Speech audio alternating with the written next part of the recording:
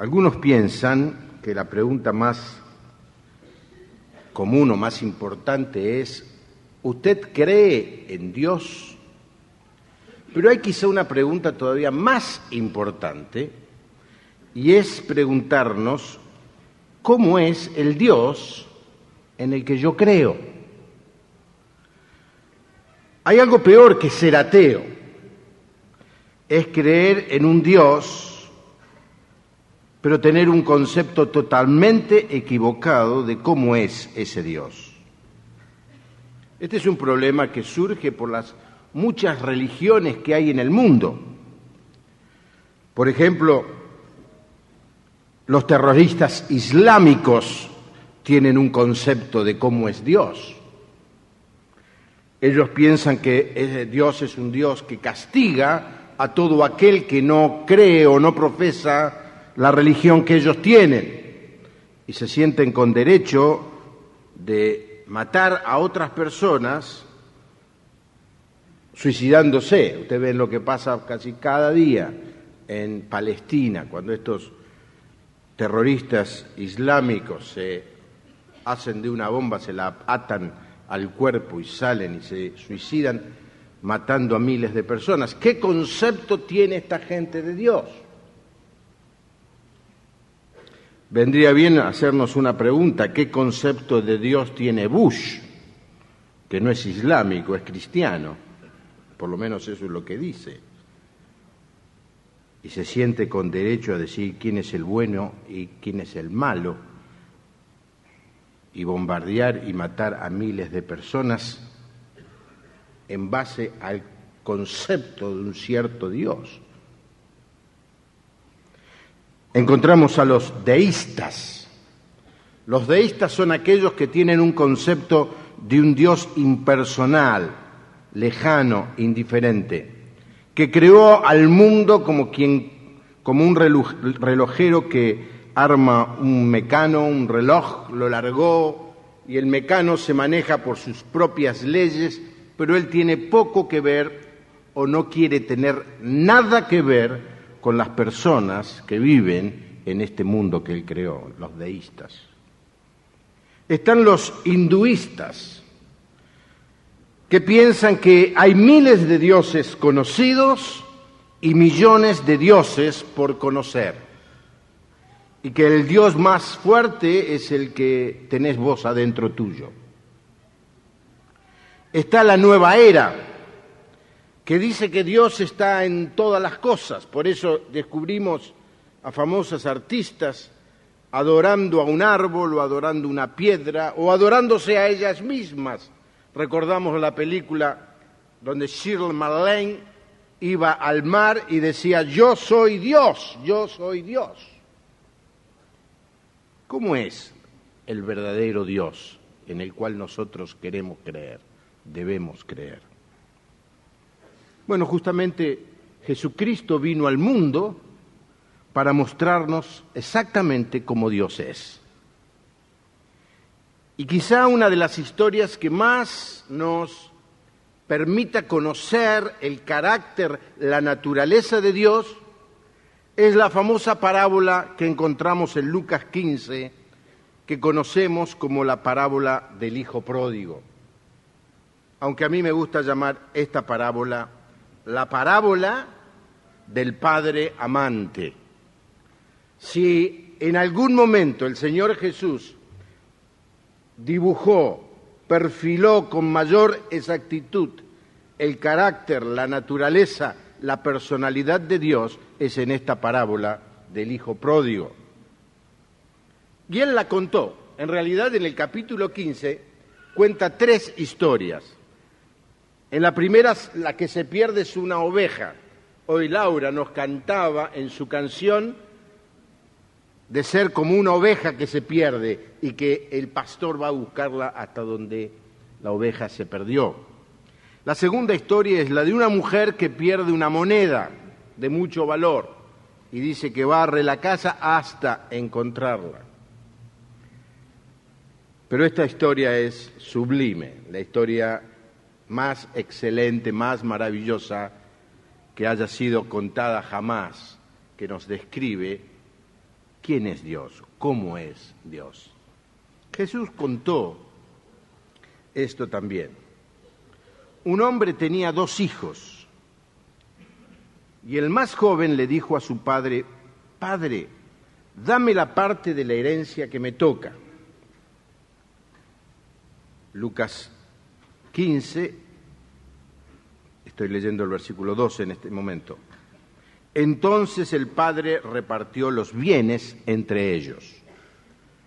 Pocos días después, el hijo menor vendió su parte de la propiedad y con ese dinero se fue lejos, a otro país, donde todo lo derrochó llevando una vida desenfrenada.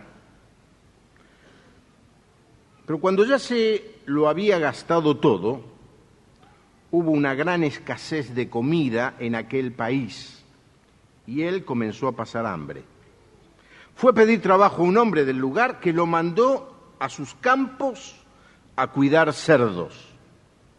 Y tenía ganas de llenarse con las algarrobas que comían los cerdos, pero nadie se las daba. Al fin se puso a pensar, volvió en sí. Y dijo: ¿cuántos trabajadores en la casa de mi padre tienen comida de sobra, mientras yo aquí me muero de hambre?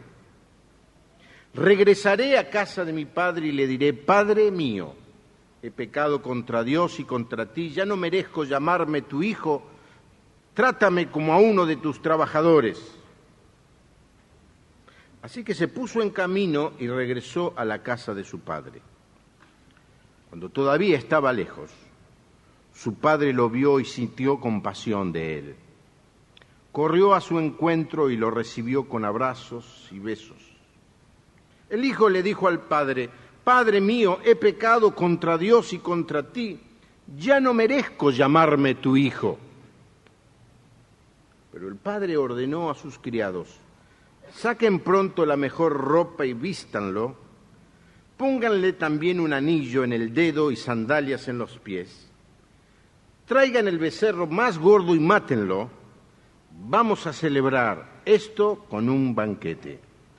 Porque mi hijo estaba muerto y ha vuelto a vivir. Se había perdido y lo hemos encontrado. Comenzaron la fiesta. El relato sigue. Yo creo que a principios del año 2001, a los que venden el cassette se lo pueden pedir, di un sermón sobre el párrafo que sigue, el hijo mayor. Pues la parte interesante de esta historia es la que sigue.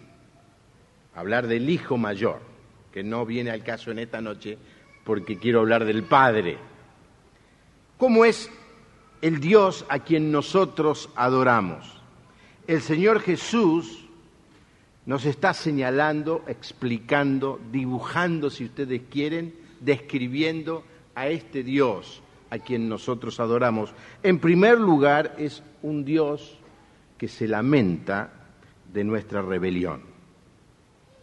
En la historia se habla de un hijo que le pide al padre la herencia. Déjenme decirle que ni en el día de hoy se acepta esto como algo normal. La herencia se recibe cuando el padre muere. Ahora, como este era un padre judío y tenía por lo menos 2 hijos, la historia habla de 2, le debía dar al primero 2/3 partes de la herencia y al hijo menor 1/3 parte. Esto le iba a tocar en el momento de que el padre se muriera. Pero este hijo, lleno de ganas de aventura, de rebeldía, cansado ya de la rutina del trabajo, de la chacra o de la granja del padre, le dijo algo así: Padre, te quiero mucho, pero no tengo la suficiente paciencia como para esperar el día de tu muerte. Así que haceme el favor, acredítame la herencia que yo merezco o a mí me corresponde ahora. Un acto grosero, que hubiera merecido el rechazo de cualquier padre. Lo merecería en el día de hoy, si viniera alguno de mis hijos a pedirme la herencia. La primera pregunta que yo le diría es, ¿qué herencia? Pero esto es lo que hizo este joven. Y el padre, con mucho dolor,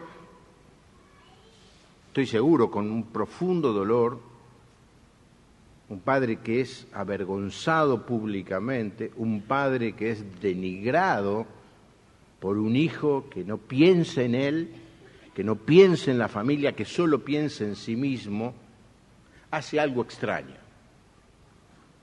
Se la da. Y aquí empezamos a percibir el carácter de Dios. No se olvide, el Señor Jesús no nos está contando una historia simplemente, nos está tratando de explicar cómo es Dios. Es como que Dios le dice, mirá, hijo, yo te amo, pero tenés libertad para irte. Dios nos ama tanto que nunca, escúcheme bien, Dios nos ama tanto que nunca va a forzar nuestra relación de amistad con Él. No te va a obligar nunca a que le seas fiel. No te va a obligar nunca a que tengas comunión con Él, porque te ama. Y si vas a hacer algo en contra de la voluntad de Dios, no te va a detener. No te va a obligar a que le seas leal. Porque lo que Dios busca es adoradores que le adoren en espíritu y en verdad, hijos que le sigan porque lo aman. No obliga a nadie.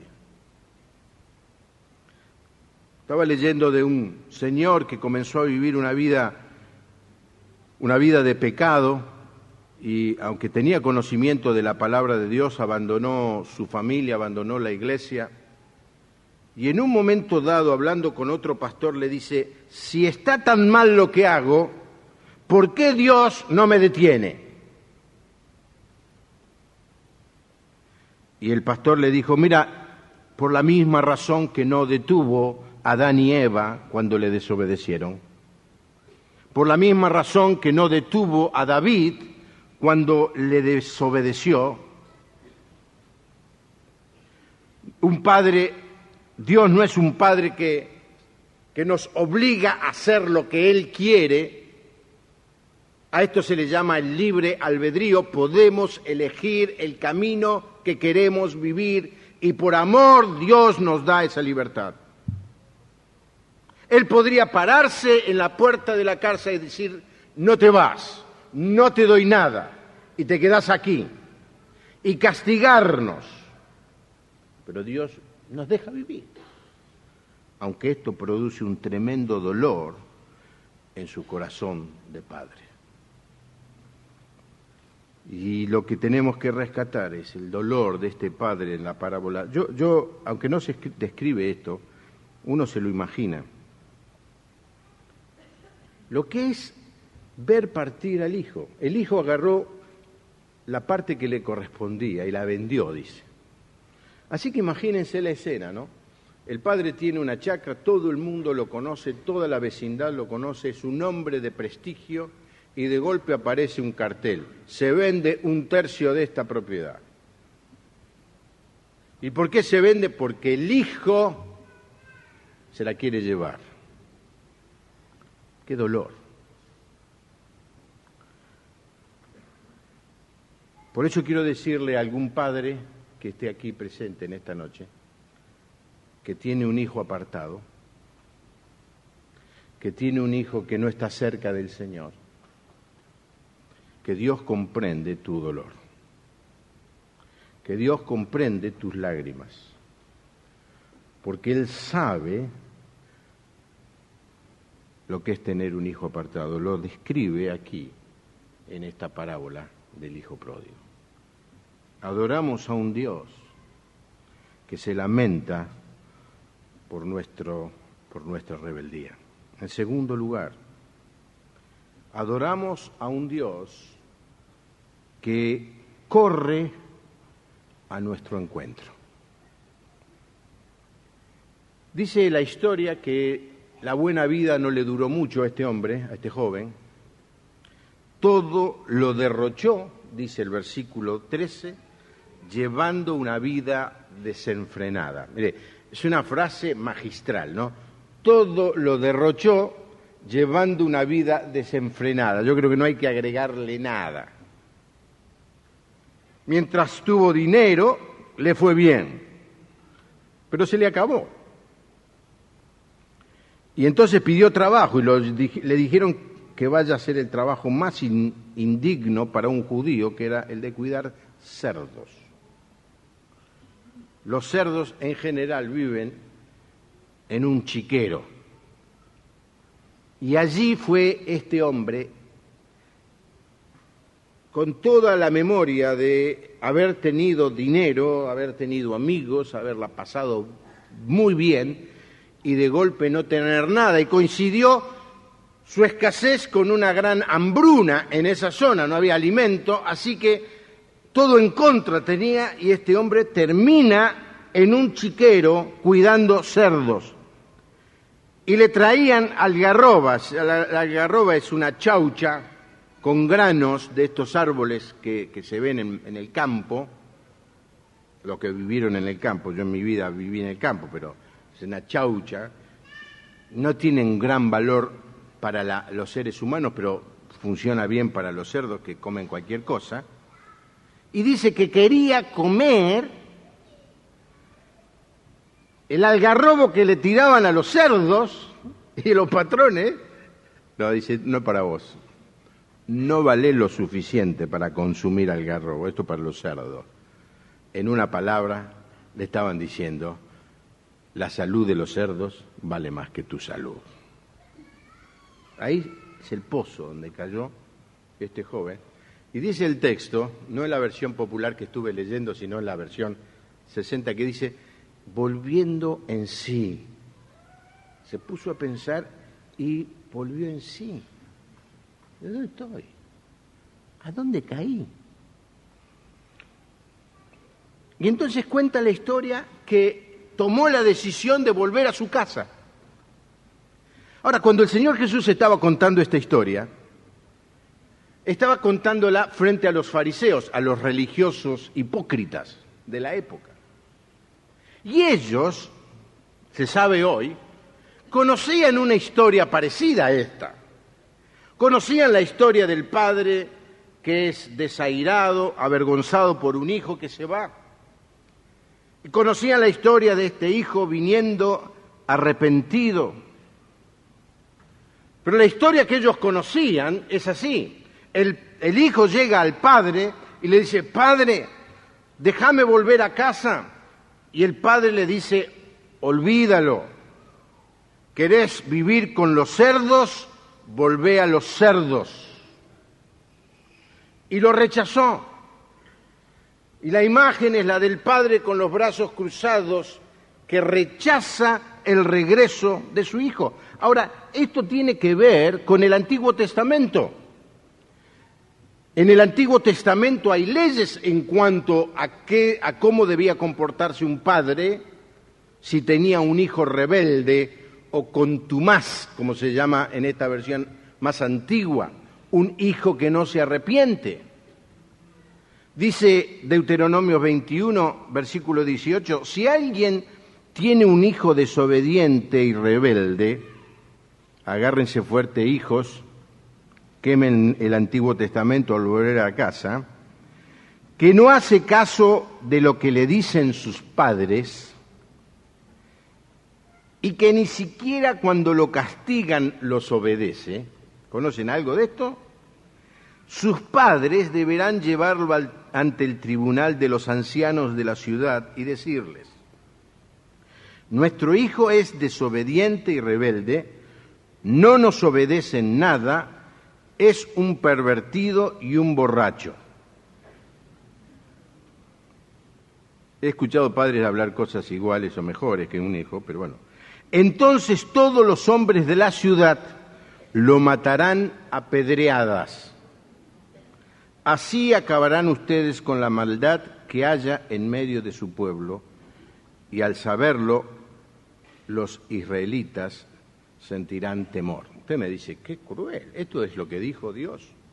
Yo quiero decirle esto, el concepto que Dios tenía de la obediencia en la familia es muy alto, al punto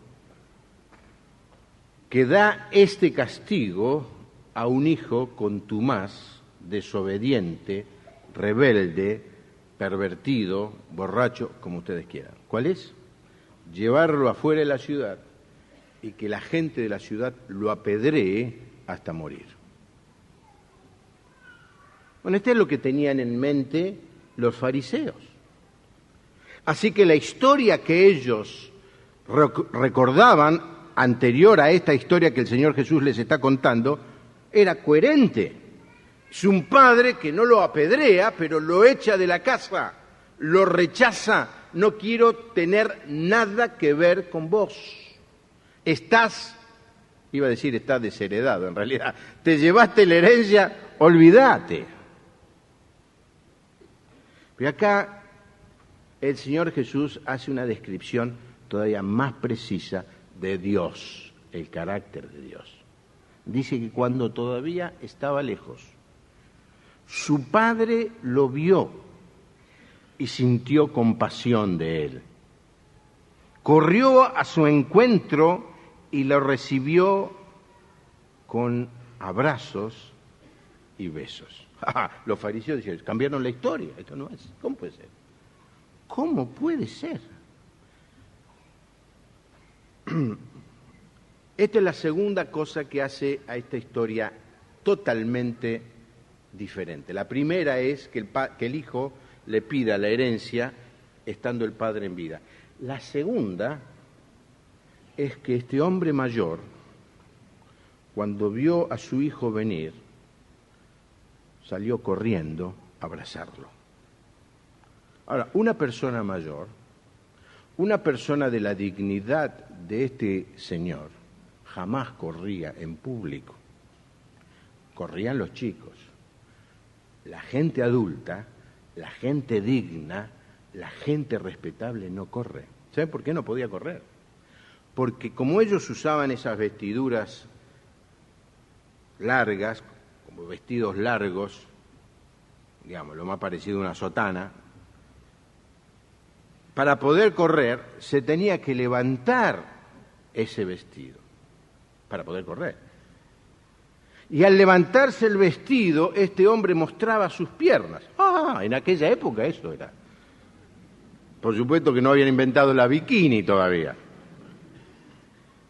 Esto era algo indigno. Indigno que un hombre mayor, un hombre adulto, un hombre respetado en la comunidad, corriera delante de todo el vecindario mostrando sus piernas como una cosa... ¡Está loco! Porque este hombre vio a su hijo y, que dice el texto, tuvo compasión de él. Y Dios es así. Dios nos ve perdidos, nos ve caídos y tiene compasión de nosotros. Y al momento que nosotros nos levantamos para venir a Él, Él se pone a correr para salir a nuestro encuentro. ¿Cómo es realmente Dios? No es un Dios enojado como un ogro que está tratando de ver que nos equivocamos para señalarnos el pecado y decirnos, te atrapé, sos un pecador. Dios es un Padre amoroso que cuando la persona es capaz de darse cuenta que tiene que volver arrepentido a la casa de su Padre, comienza a volver. Este Padre deja toda su dignidad, deja toda su comodidad, deja toda su historia y sale corriendo a abrazar al hijo que vuelve. Déjenme decirle que el texto dice que lo llenó a besos, lo besó, lo abrazó. Y este muchacho había estado trabajando en un chiquero, lo que nos da la idea de que perfume, olor a perfume, no tenía justamente. Después de tanto caminar, una vida miserable, andrajoso, sucio, vencido, el padre lo abraza y lo besa. Este es el Dios en el que nosotros creemos. Y por último, nosotros adoramos a un Dios que se lamenta de nuestra rebeldía, que corre a nuestro encuentro, pero es un Dios que nos restaura cuando nos arrepentimos de verdad. Este joven se vino con un sermón preparado, un sermón que tenía 3 puntos. Dos de ellos estaban muy bien, el tercero estaba equivocado. Él viene y le dice: Padre, he pecado contra Dios. Y está bien. ¿Saben? Cada vez que cometemos un pecado contra otra persona, en realidad lo primero que estamos es ofendiendo a Dios. Cualquier acción que cometemos contra un ser humano, contra un semejante, contra un hermano, contra un familiar, contra quien sea, cada vez que cometemos un pecado, estamos pecando contra Dios. Y este joven lo tenía claro: he pecado contra Dios, confieso ante Dios mi pecado. Pero luego dice: y he pecado contra ti. Y era cierto, había ofendido a su padre, había entristecido a su padre. Y una de las cosas más difíciles que nos cuesta más decir es: me equivoqué, perdónenme. Me equivoqué, papá, perdóname. O me equivoqué, hijo, perdóname. Pero lo que se equivocaba este joven es que dijo: ya no merezco llamarme tu hijo. Déjenme decirle por qué está equivocado este joven en esta aseveración. Es porque nadie merece llamarse hijo de Dios. No somos hijos de Dios porque lo merecemos. Nadie es tan bueno como para merecer ser parte de la familia de Dios. Nadie es tan bueno como para poder decir: yo llegué a ser parte de esta familia por mis obras. Nadie merece. Ya no merezco llamarme tu hijo. Nunca mereciste llamarte hijo de Dios. Somos hijos de Dios por pura gracia. Es un regalo. Es algo que Dios nos da aunque no lo merezcamos. Y la expresión de este recibimiento está dado en lo que el padre, después de abrazarlo y besarlo, y parece que no lo escuchó mucho porque ni siquiera le contestó a esto que el hijo trae. El padre se da vuelta y le dice a los criados: saquen pronto la mejor ropa y vístanlo. Pónganle también un anillo en su dedo y sandalias en sus pies. Traigan el becerro más gordo y mátenlo. Vamos a celebrar esto con un banquete, porque este hijo mío estaba muerto y ha vuelto a vivir. Se había perdido y lo hemos encontrado. Y comenzaron la fiesta, comenzaron a regocijarse. Mire, casi podría hacer toda una explicación, pero el anillo de estas familias tenía labrado el nombre de la familia. Muy posiblemente este joven, en su vida perdida, en algún momento se sacó este anillo y lo vendió. Ahora viene sin anillo. El padre le vuelve a poner el anillo con el nombre de la familia al hijo. ¿Se da cuenta, hermano? ¿Cómo es Dios? Le pone sandalias en sus pies. ¿Saben quién no usa sandalias o quién no tenía sandalias? Los esclavos no tenían sandalias. Y el hijo viene a la casa y el padre le dice, pónganle sandalia, que a nadie le quede duda de que no es un esclavo, no es un siervo de la casa, es parte de la familia. Y no sé si extenderme mucho en el último punto, especialmente esta hora, pero dice, traigan al becerro gordo y mátenlo. ¡Qué asado, hermano! Lo que el padre le estaba diciendo al hijo es, te voy a tratar, escuche cómo es Dios, te voy a tratar como si nunca te hubiera sido. Quizá alguien esté lejos de Dios en este momento, apartado de Dios, y tiene miedo a volver o tiene temor a volver. O sea, ¿cuánto me va a cobrar Dios estos años que perdí? ¿Cuánto me va a cobrar Dios este tiempo alejado de Él? Y el Señor dice, si te arrepentís, no te cobro nada porque ya se lo cobré a Jesucristo en la cruz. Vení, te voy a tratar como si nunca te hubiera sido. Este es Dios. Hemingway cuenta la historia de un padre muy duro, muy severo, que trató por mucho tiempo muy mal a su hijo. Su hijo llamaba Paco. Y este chico al final, también enojado con su padre por estar tan maltratado, se fue de la casa. Dice Hemingway en su historia que en un momento dado el padre se arrepintió de haber sido tan malo con su hijo y fue a Madrid y puso un aviso en el diario de Madrid que decía así, Paco, todo está perdonado. Nos encontramos frente a la oficina del diario mañana a las 9 de la mañana. Con amor, tu padre. Paco es un nombre muy común en España. Cuando al otro día llegó había 600 Pacos esperando recibir el perdón de su padre. Este es el Dios en el que nosotros creemos. No es un Dios vengativo, un Dios que se guarda algo como hacemos nosotros para en el momento que más nos duele castigarnos.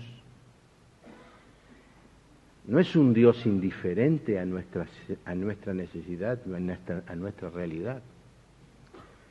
Es un Dios que lamenta nuestra rebeldía. Pero es un Dios que sale al encuentro corriendo para abrazarnos. Y es un Dios que nos restaura cuando nos arrepentimos de verdad. Y antes de terminar, quiero decirle algunas cosas a los padres que tienen hijos apartados, hijos rebeldes. En primer lugar, creo que lo mencioné ya, Dios entiende tu dolor. Dios es el Padre que sufre en esta parábola. En segundo lugar, no te metas en el chiquero para ir a rescatarlo. A veces algunos padres tratando de salvar a su hijo van a buscarlo a donde está. Y no es la historia, no es lo que nos enseña la historia. El padre con todo el dolor lo dejó. Es cuando más duro es el chiquero, cuanto más Dios llama al arrepentimiento a tu hijo. Hacele saber a tu hijo siempre que la puerta está abierta. Recordale que puede venir a casa arrepentido en cualquier momento. Y si viene arrepentido, recibirlos de la misma manera como el Señor nos recibió a nosotros. Ahora, la verdadera comunión no será restaurada a menos que el hijo pródigo se arrepienta de verdad. Si no hay un verdadero arrepentimiento y lo recibís en tu casa, el problema no se soluciona, se agrava.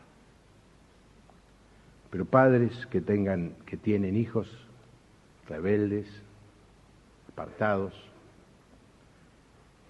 lean esta parábola una y otra vez y díganle: Señor, yo quiero ser como este Padre amoroso. Amén. Puede ser también que en esta noche, aparte de padres con hijos rebeldes, haya hijos rebeldes en esta casa, en esta noche. Personas de todas las edades, jóvenes, adolescentes, adultos, gente de mucha edad, ancianos, que si tienen que mirar esta parábola y decir cuál de estos personajes son, realmente yo soy como el hijo que se fue de la casa. Yo he vivido mi vida alejado de Dios. Yo he vivido mi vida gastándola como a mí se me ocurrió. Hoy ese padre amante está esperando que vos vuelvas a casa para darte un abrazo. No importa la edad que tengas, hay personas que son mayores y dicen: bueno, yo ya estoy jugado, mi vida ya fue. Hasta el último día de tu vida, hasta tengas la edad de 80, 90, 100 años, Dios va a estar esperando que te arrepientas y vuelvas a la casa de papá. Y si vos sos un joven que empezaste, como dice el tango, las luces del centro te encandilaron y te crees que sos muy inteligente y te rebelás y haces tu vida y abandonás la casa o desobedeces a tus padres, te alejás de la iglesia y vivís la tuya, yo te quiero decir: hacelo, Dios no te va a decir que no. Pero lo que Dios está esperando de vos es que te arrepientas, vuelvas en sí y digas: en la casa de mi Padre, hasta el último tiene comida y yo me estoy muriendo de hambre. En la familia de Dios, hasta el último, si es que hubiera un último, recibe el amor, el cuidado, la bendición de Dios. Quizá hay alguno que por apartarse de la familia de Dios esté viviendo tratando de comer las algarrobas que el mundo le tira. Un buen momento para volver a casa este Día del Padre y descubrir que creemos en un Dios que es como este padre de la parábola, que se lamenta de nuestra rebeldía, pero que nos da libertad, que corre a nuestro encuentro al punto que ve que nos estamos arrepintiendo y que cuando ve que nuestro arrepentimiento es genuino, nos vuelve a tratar como si nunca nos hubiéramos ido de casa. Bendito sea el nombre del Señor. Inclinamos nuestro rostro y oramos al Señor. A mí me gusta también esta parábola para descubrir cómo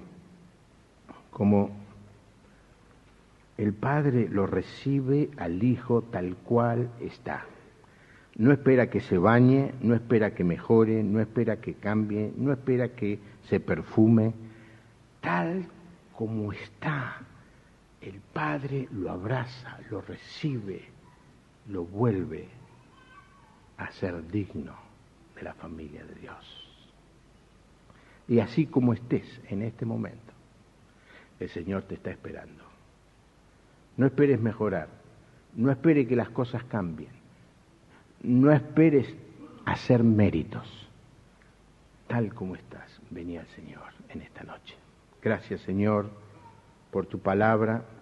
Gracias, Señor, por el ejemplo de este Padre que nos define, nos aclara,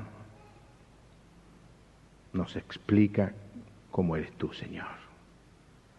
Un Dios lleno de amor, dispuesto a recibir al pecador, dispuesto a recibir y abrazar al que se apartó por un momento y volverlo a poner en la casa, con anillo, con sandalias, con ropa, con fiesta. Ese es el Dios en el cual nosotros creemos. Bendito sea tu nombre. Te alabamos, Señor, en este Día del Padre. Qué maravilla poder hablar de lo que tú eres como Padre, un Padre lleno de amor y misericordia. Señor, te pido por padres y madres que están aquí, tienen hijos rebeldes, que tú les ayudes, les des paciencia y mucho amor y les des la alegría de ver a sus hijos volver a casa. Y te pido, Señor, ahora por aquellos hijos pródigos de cualquier edad y de cualquier condición que están en tu casa en esta noche